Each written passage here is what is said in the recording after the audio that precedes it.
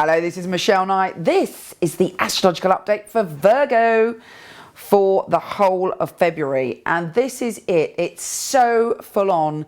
Pay attention, because this is the month that your whole life changes. That is because Neptune, the planet of spiritual awakening, is going into your 7th house of relationships. Now bear in mind, Neptune, which is wonderful and transformative and enlightening, is also the planet of debauchery, illusion and lack of boundaries. And the 7th house is about relationships. So on the one hand, you're going to be enlightened. You could meet a soulmate. You could suddenly delve into the soul of your partner, or if you're single, suddenly have a real transformative experience when it comes to love, maybe a real soul connection with someone. But you must avoid the illusion and the lack of boundaries. It could be that you're in a relationship, suddenly you just see the light and the beauty within someone else. What Neptune is all about for all of us is awakening to understand that we are all a unique shard of God. We all are one consciousness. We all are love personified if you dig down deep enough. So the fact that you'll be seeing it here, there and everywhere, don't get caught up in the fact that, oh my God, this is the only love, I've never felt like this, and cling on to someone. Because if you do, you're losing the magic and the message of Neptune, which is about the fact that we are one and that love is everywhere. Use it to transform your view of love. Use it to transform the love within your own heart, and you can't go wrong. This whole month has a lot of 7th house energy, so there's a lot going on when it comes to your relationships. Even if you've been single for a long time, which some Virgos tend to do, you're opening up to love in some way. And hopefully you're opening up to loving yourself a lot more.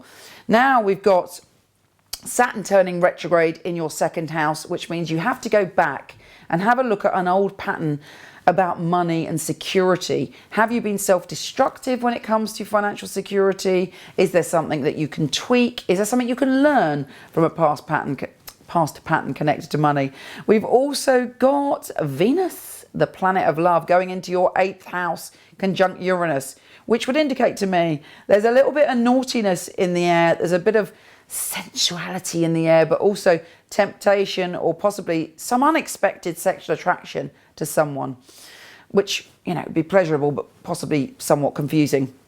Now we've got, where is that new moon? Well, on the 21st we've got the new moon in the 7th conjunct Neptune, trine Saturn, retro in the 12th.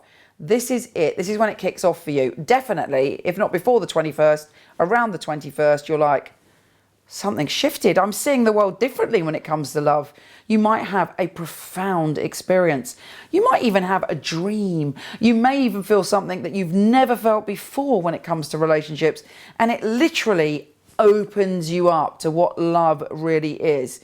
I could sound very hippie at this point. I could really go into it because it is that profound and intense. But I'm going to leave it to you to discover yourself. I know all about it because I've got 5 planets in Pisces, so I'm quite open to these things. You might be going, hang on a minute, I know all about it. Whatever you know, and in fact, whatever I know doesn't matter, because Neptune is taking all of us individually and as a planet onto the next level of love. And interestingly, for you, it's about your 7th house of relationships. So there's something beautiful, there's something magical, there's something intense, there's something that rocks your world. And most importantly, look within yourself to see how much love you give yourself.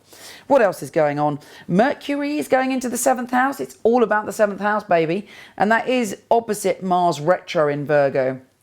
So there is a part of you that wants to express this newfound enlightenment when it comes to love, but another part of yourself that may be reminded, you may suddenly be self-critical or lose your confidence sexually or emotionally. And that's just a blip. It's not real. You have to surrender to what your soul's trying to tell you, rather than allow yourself to go back over old ground when it comes to insecurities.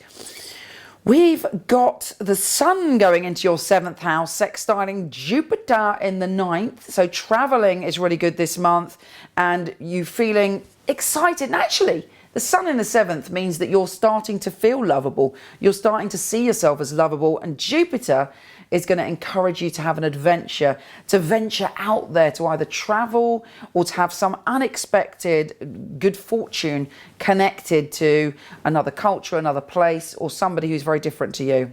All in all, it's all about the love, and you're going to have an extraordinary time. Do let me know what happens. I send you much love. Take care, and I'll speak to you soon.